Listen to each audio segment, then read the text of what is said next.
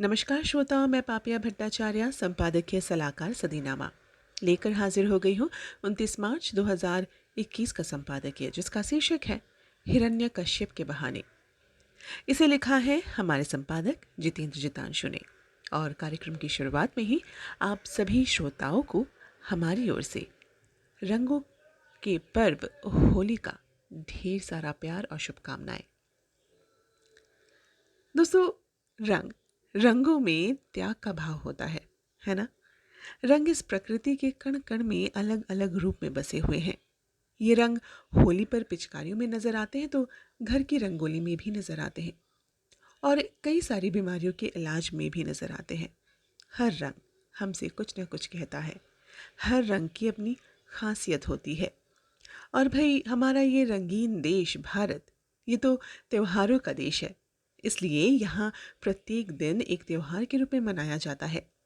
भारत का होली का त्योहार विश्व प्रसिद्ध है। होली का त्योहार हिंदू धर्म में मनाया जाने वाला दूसरा सबसे बड़ा त्योहार है। इस त्योहार को रंगों के त्योहार के नाम से भी जाना जाता है।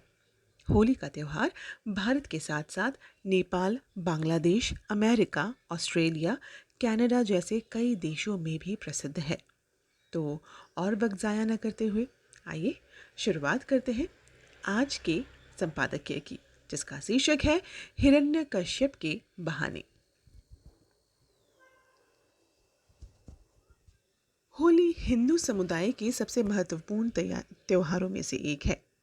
होली का एक महत्वपूर्ण हिस्सा है होलिका दहन। इसे फाल्गुन मास की पूर्णिमा को मनाया जाता है। इसके अगले दिन रंग गुलाल से होली खेली जाती है। इसे धुलंडी धुलंडी और धूली भी कहा जाता है। कई अन्य हिंदू त्योहारों की तरह होली भी बुराई पर अच्छाई की जीत का प्रतीक है। होलिका दहन की तैयारी त्योहार से 40 दिन पहले शुरू की जाती है। लोग सूखी टहनियाँ, पत्ते जुटाने लगते हैं। फिर फाल्गुन पूर्णिमा की संध्या को अग्नि जलाई जाती है और मंत्रों का उच्चारण किया जाता है। दूसरे दिन सुबह नहाने से पहले इस अग्नि की राख को अपने शरीर पर लगाते हैं, फिर स्नान करते हैं।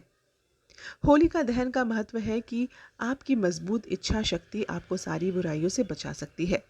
होलिका दहन बुराई पर अच्छाई की जीत के पर्व के रूप में भी मनाया जाता है। होलिका दहन का पौराणिक महत्व भी है। इस त्योहार को लेकर सबसे प्रचलित है प्रहलाद, होलिका और हिरण्यकश्यप की कहानी। राक्षस हिरण्यकश्यप का पुत्र प्रहलाद भगवान विष्णु का परम भक्त था। वहीं हिरण्यकश्यप भगवान नारायण को अपना घोर शत्रु मानता था। पिता के लाख मना करने के बावजूद प्रहलाद विष्णु की भक्ति करता रहा। असुराधिपति हिरण्यकश्यप ने कई बार अपने पुत्र को मारने की कोशिश की, लेकिन भगवान विष्णु की कृपा से उनका बाल भी बांका नहीं हुआ। हिरण्यकश्यप की बहन होलिका को वरदान मिला था कि उसे अग्नि नहीं जला सकती।